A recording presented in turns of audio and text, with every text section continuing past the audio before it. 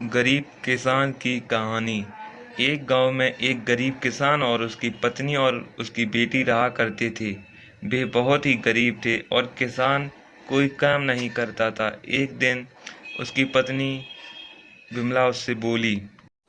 देखो जी, घर में कुछ खाने के लिए भी नहीं है। मैं यह कह रही थी कि तुम कुछ काम धंधा देखो कि जिससे खाने के लिए इंतजाम हो जाए। तुम सही कहती हो। मैं बाहर जाकर कुछ काम देखकर आता हूँ। इतना कहकर वह वहां से चला जाता है। रास्ते में तभी उसकी मुलाकात एक आदमी से होती है। क्या बात है भैया, कुछ परेशान लग रहे हो और कहाँ जा रहे हो? अरे भाई, परेशानी की तो बात है।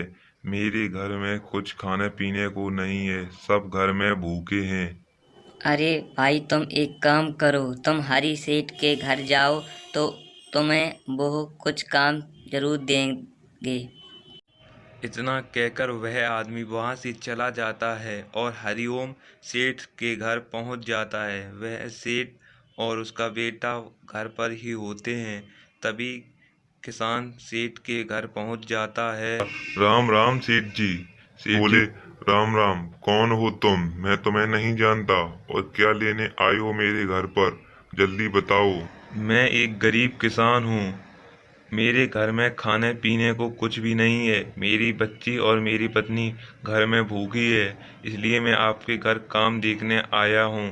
कृपया मुझे कोई काम जरूर दे दें। तभी सेठ का बेटा बोला, कौन हो तुम? चले जाओ यहाँ से।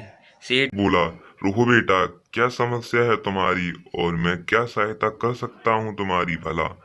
किसान हरिओम बोला, मेहरबानी करके मुझे कोई नौकरी दे दो जिससे कि मैं कुछ पैसा कमा सकूं और अपने बीवी बच्चों के लिए खाना ले जा सकूं। सेठ, मैं तुम्हारे जैसों को अच्छी तरह जानता हूँ। पैसों के लिए कुछ भी कर सकते हो। चले जाओ यहाँ से तुम। बोला, बड़ी उम्मीद के साथ आया था। मेरी बीवी और बच्चे 3 दिन से भूखे हैं, कुछ नहीं खाया उन्होंने। चले जाओ यहाँ से।